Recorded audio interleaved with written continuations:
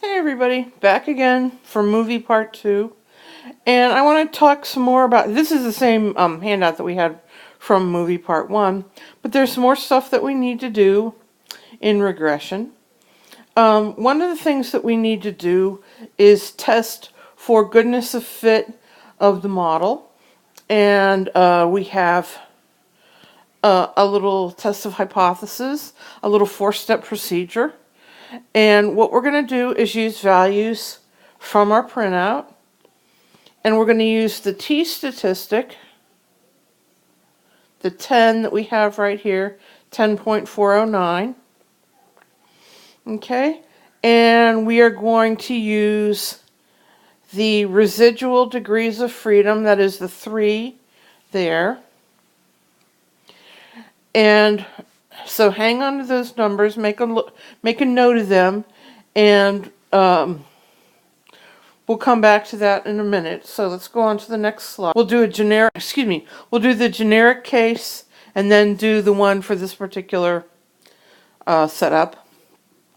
So the regular test is going to be beta 1 equals 0 versus beta 1 not equal to 0. It's always equals, not equals. Okay, that's step 1. Then the test statistic is going to be the t star, the value from there. And the way you get that is always the coefficient, the slope coefficient, over its standard error.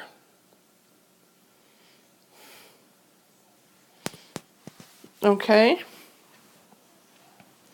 And we'll go back to, I want to show you something in a minute.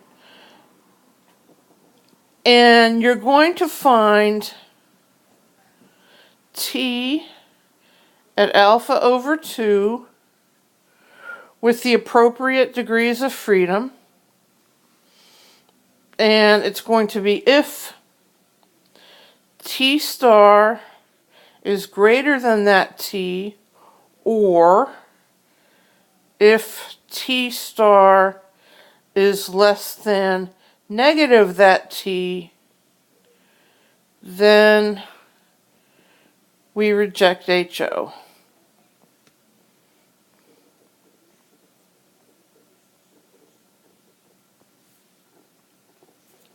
Okay. So let's go back to the previous slide for a second, please. Okay, we can't go backwards. It won't let us. But anyhow, if you look at the previous slide, or if you go back and look at the previous slide,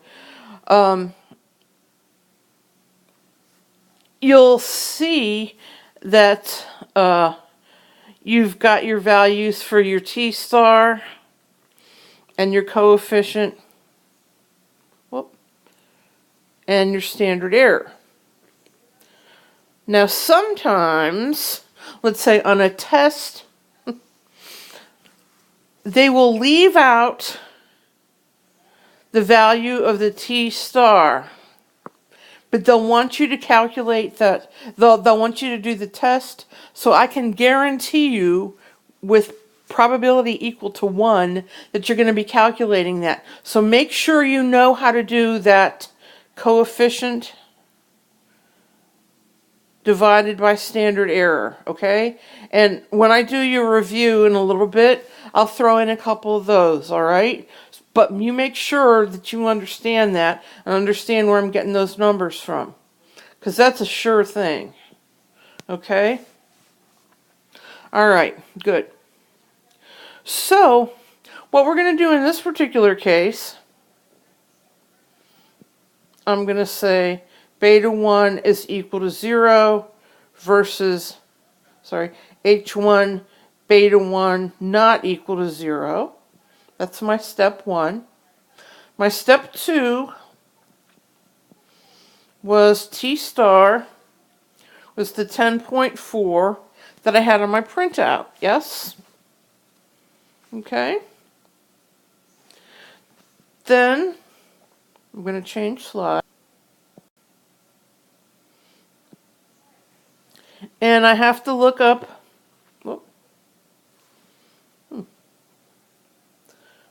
I have to, excuse me, step 3 rather. Sorry about that. I have to look up T at 0.025. Let's just assume that alpha was 02 or was 05 and 3 degrees of freedom. So you grab your book. Where's my book?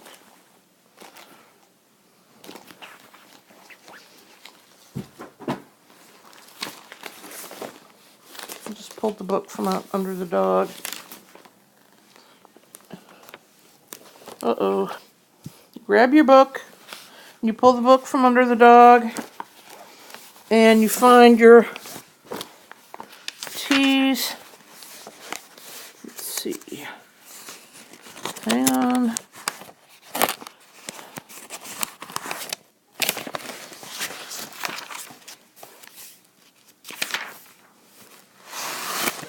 And let's see, 025 with 3 degrees of freedom.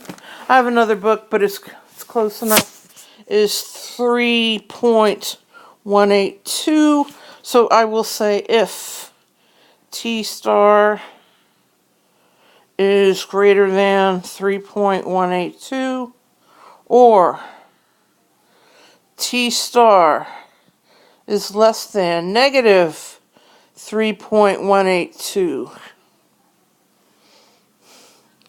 Then we reject HO.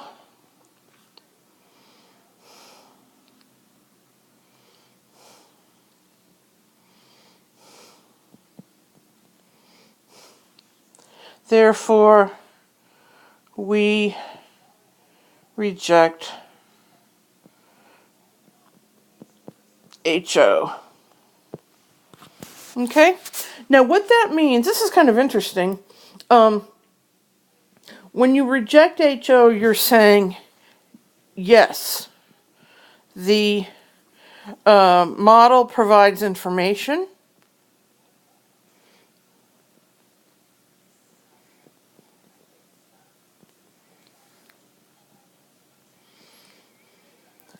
And two of the reasons that we do regression are we want to explain past behavior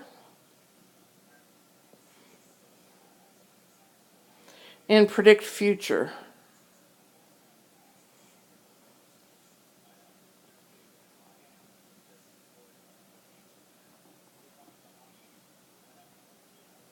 Okay, so by saying it provides information, we're saying yes, it's good to explain the past and indeed predict the future.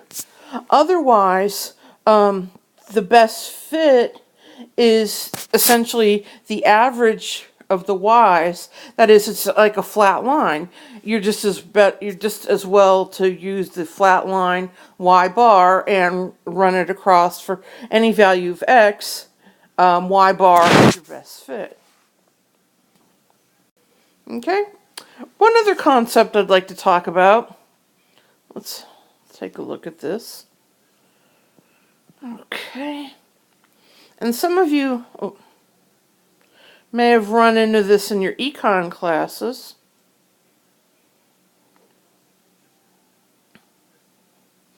And it's just as relevant here. Okay. Essentially, we use beta 1 hat as a sort of marginal value. Okay, whatever could I mean by that? Well, if x increases by 1 unit,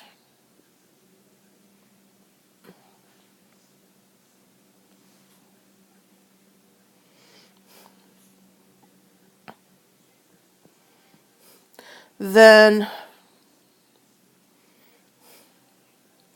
y hat changes by beta 1 hat. Okay? So if beta 1 hat is positive, y hat increases. If beta 1 hat is negative, y hat decreases. And if x is some kind of a cost variable, then we call this marginal cost. If x is a revenue, then it's marginal revenue. That's why I was saying you may have run into that in your econ classes. But that, again, that's another thing you're going to run into, say, on the final ahem. Okay?